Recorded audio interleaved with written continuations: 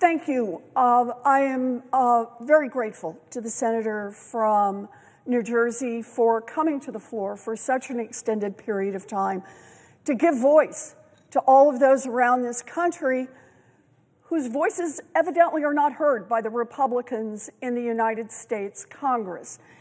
And I wanted to ask a question for the 73 million people who are beneficiaries of the Social Security system and for their families, for the people whose grandma is getting Social Security, for the people whose cousin, whose dad died, who is getting Social Security benefits, about what's happening right now between Donald Trump and Elon Musk, our current co-presidents, and what they're trying to do to the Social Security system. So I start this question with just a basic observation. Social Security is not charity. It is not something we give away to those who are less fortunate, and we do this out of the goodness of our hearts. Social Security is a contract that people who work in America pay into the system for all of their working lives, and when the time comes that they retire or something happens to them and they are not able to do that work, that they can count on the Social Security system and the payments that they are legally entitled to. I want to underscore here, legally. Now, if America wanted to change that contract, the place they have to go is right here, to Congress. Yeah. They have to come to the United States Senate, or they have to go to the House of Representatives, and they have to say, we actually want to change benefits for Social Security recipients. And by the way, that has happened dozens and dozens of times in our history, up through the late 1980s, where we made adjustments in the Social Security benefits. For example, for the fact that people lived longer, for the fact that people worked longer. And so we made minor adjustments in the system. We also made adjustments to make sure that there were cost of living changes in how much Social Security would pay out. So anyone who wants to change the benefits that people are legally entitled to has to come here to Congress and make that happen. But it appears that Elon Musk and Donald Trump have tried to figure out an end run. And the end run is to say, okay, we can't directly change benefits, but what we can do is we can effectively cut off benefits. Now, how can they do that? Well, one way is fire all the people who help people get their Social Security benefits. And think of it this way. Someone who wants to collect Social Security, let's just say at age 66, they decide, okay, I'm ready. It's time for me to retire. I can't do this anymore. I want to collect my Social Security benefits. And they try to fill out the form. Turns out it gets rejected. There's a number off somewhere in the system. Somebody's got a confusion over what the name is or where somebody worked, or an employer from decades back failed to fill out the right form. So now there's a problem in the system. So what does the person do? Well, first they might try calling. But if you fired the people who answered the phones, that's not going to work. Okay, so what's the next thing you do? You go to your local Social Security office. Oh, but if they've closed the Social Security office near you, that's not going to work. So what do? You go to the Social Security office that you can find. 2 hours away, 3 hours away, 4 hours away.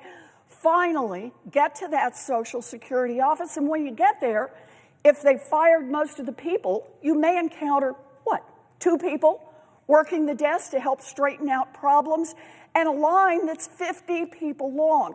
By the way, these come from real stories. People are telling what's happening out there. So by the time the day is over, our example here hasn't even made it to the front of the line. So doesn't get the question answered, doesn't get the problem resolved. Has to go back home again, has to find somebody who can maybe take him to the Social Security office that's hours away and start this process over and over and over. If this person, let's just say, for example, takes 3 months to get this problem ultimately resolved by the Social Security Administration, they don't get the money. That money is lost. It just simply is gone. They do not get the money they are legally entitled to, and they have no right to go back and collect it. even pointing out that it was Social Security's error. So failure to correct these errors or to give people an opportunity to correct these errors is effectively the same as having cut their benefits.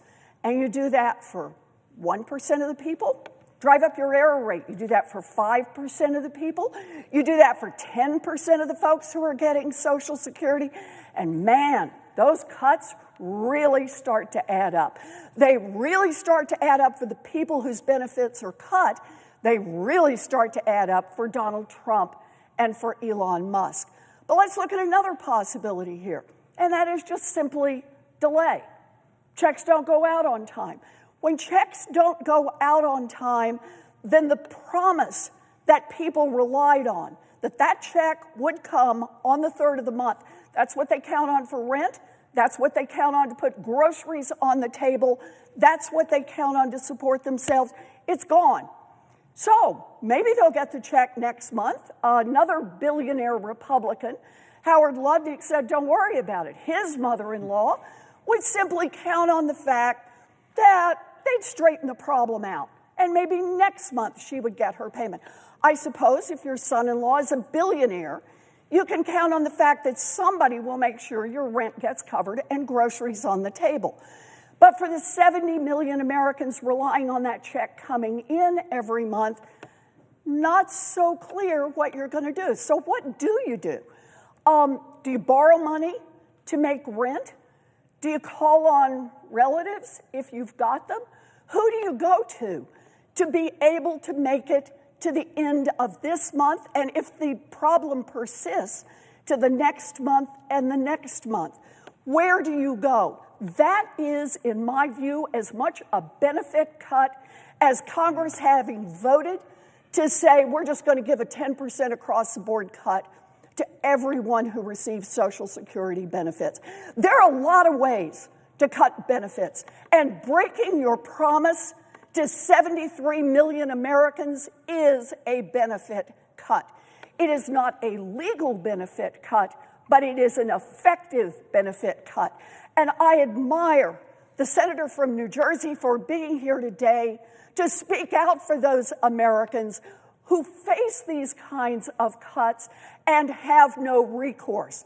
I admire him for standing up and saying to the Republicans who won't go do town halls, who won't go out and meet with these people and listen to them, listen to their concerns, listen to their fears, listen to their stories about what happens as thousands and thousands more Social Security employees are fired, and correcting problems, straightening out your benefits gets harder and more out of reach for more and more Americans.